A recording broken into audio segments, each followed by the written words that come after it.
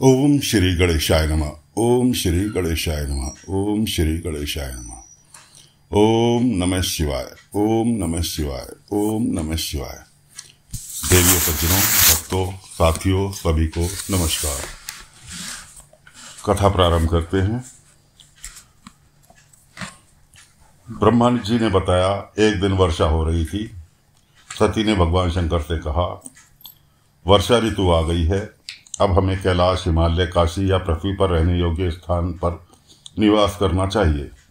इस पर तत्वों के ज्ञाता भगवान शंकर ने कहा, मैं तुम्हारे साथ जहाँ भी रहूँगा वहाँ मेघ नहीं आ सकते। वर्षा काल में भी मेघ हिमालय के नितंब पर ही घूमते रहेंगे, इससे आगे वह नहीं जाएंगे। यह समझकर अब तुम्हें जिस पर्वत पर निवास करना हो वह मुझे बताइए। मेरी दृष्टि में गिरिराज हिमालय सर्वोत्तम स्थान है, क्योंकि यह शांत स्थान है।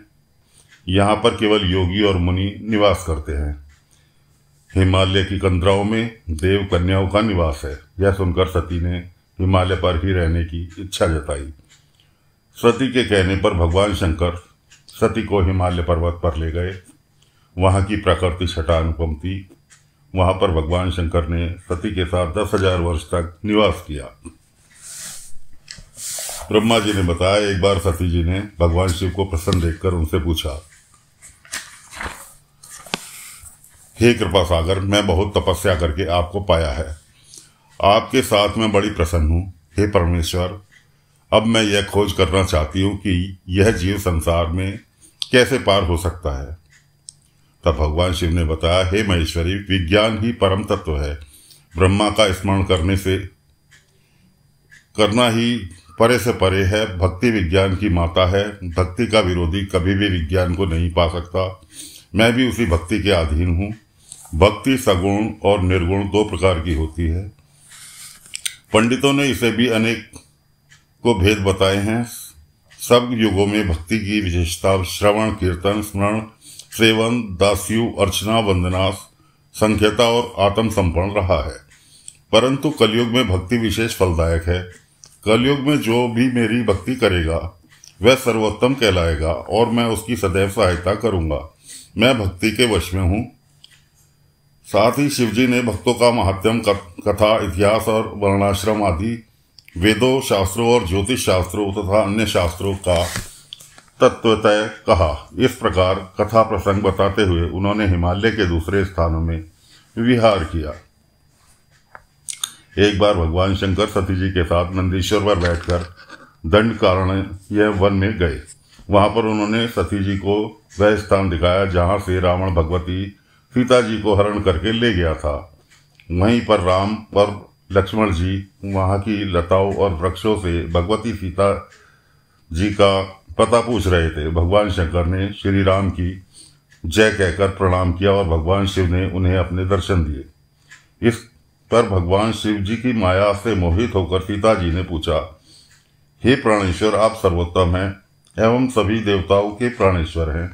फिर आपने मनुष्यों की तरह वन में विचरते हुए श्याम वर्ण और गौर वर्ण वालों को प्रणाम क्यों किया? ये दोनों मनुष्य कौन हैं? मेरी शंका का समाधान करने की कृपा करें। इस पर भगवान शंकर ने सीता जी को बताया, हे देवी, इन्हें मैंने वरदान के प्रभाव से प्रणाम किया है। ये सूर्यवंश में उत्पन्न दशरथ के पुत्र और राम और लक्ष्मण हैं। श्याम वर्ण वाले राम हैं जो विष्णु जी के अवतार हैं और गौर वर्ण वाले लक्ष्मण हैं जो शेषावतार हैं। ये पृथ्वी पर साधु जनों की रक्षा तथा कल्याण के लिए अवतरित हुए हैं। इतना बताकर भगवान शिव जी चुप हो गए। परंतु सती जी का संदेह अभी दूर नहीं हुआ था। सती ने शंकालु चित्त को देखकर भगवान शिव जी से बोली, हे देवी, यदि तुम्हारे मन में कोई शंका है तो मैं यहाँ पर वृक्ष के नीचे बैठ जाता हूँ।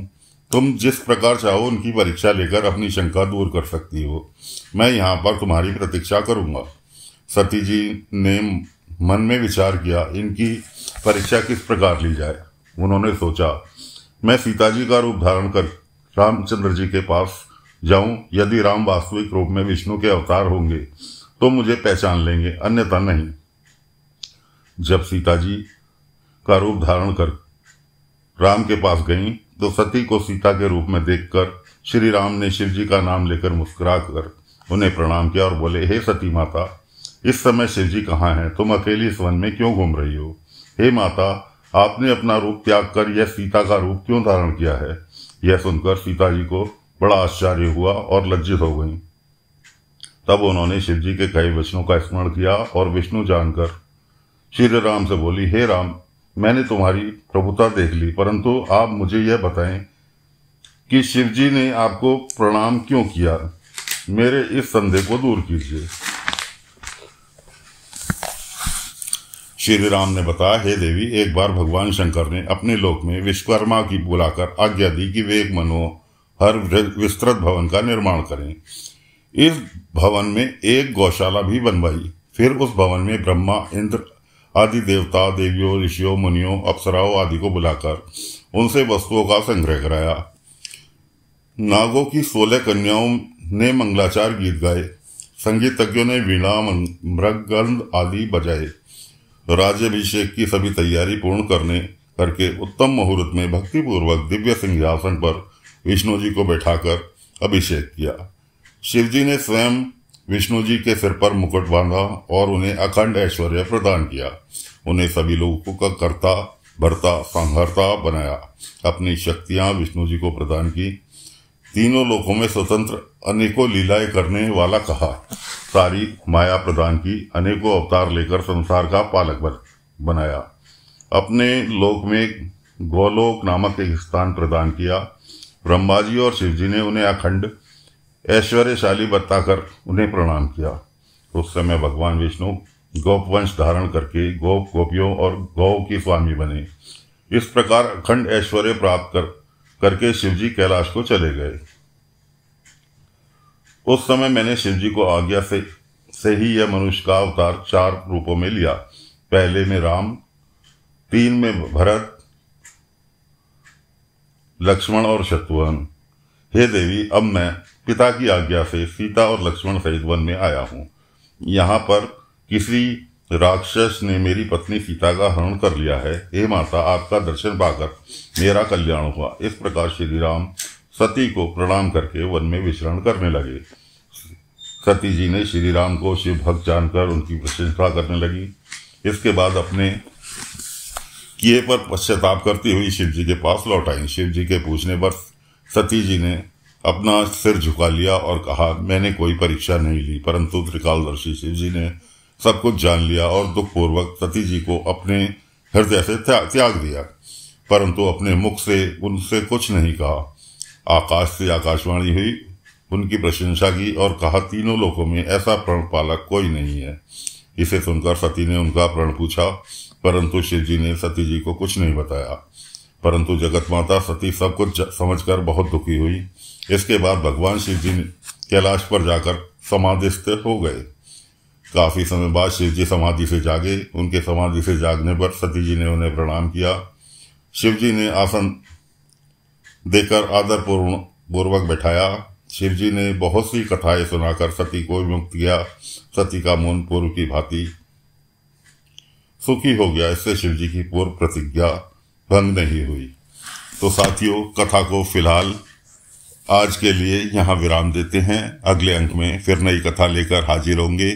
तब तक के लिए आज्ञा दीजिए। ओम नमः शिवाय, ओम नमः शिवाय, ओम नमः शिवाय।